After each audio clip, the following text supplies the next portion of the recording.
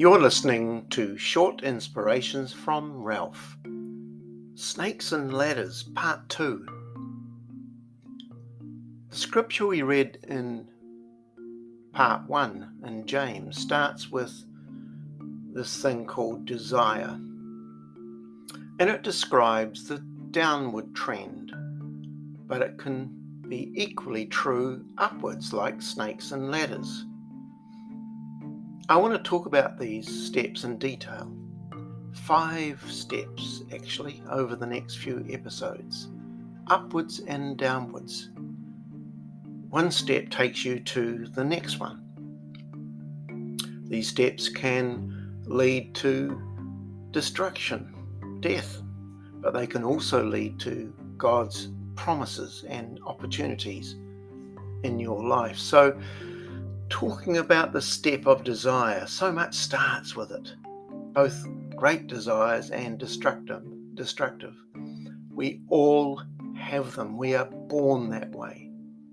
But don't let anyone tell you that they can't help what they are doing. Something made me do this.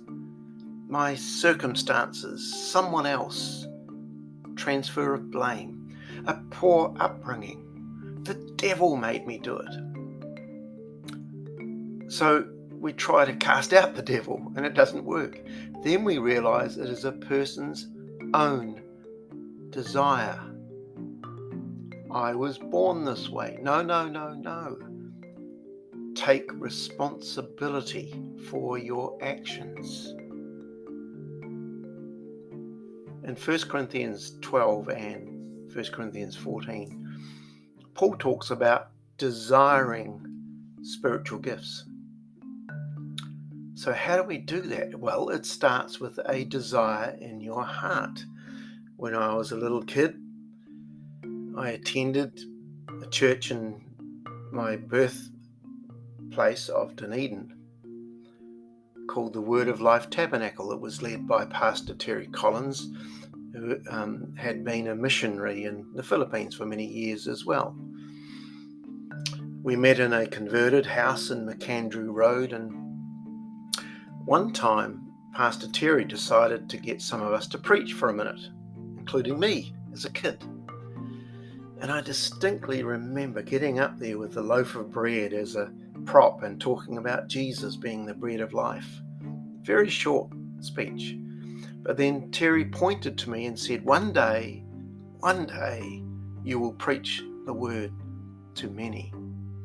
Something happened that day that put a number of things in my spirit. Desire came deep down. And I carried that in my deep soul, if you like. I didn't dwell on it. I never thought about it day by day, but one day when I became a preacher, I remembered that.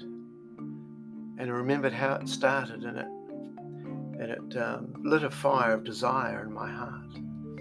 The desires can lead to dreams or even visions about what could be. When Rachel in Genesis 30 couldn't have children, there was a very deep desire. All around her, women were producing children, but not her. There was anguish in her heart because the circumstances can be very cruel to such a person. And it's amazing how pain can produce desire. God heard her cry. She gave birth to Joseph. God gave her the desires of her heart. It started with desire. And of course, there's some desires, many that are evil. James calls them temptations. There's no sin in temptation. It's just what we do about that desire or temptation. Temptation and lusts have a lot more to do with the snake than the ladder, of course. Psalm 37 verse 4 says, "Take delight in the Lord, and He will give you the desires of your heart."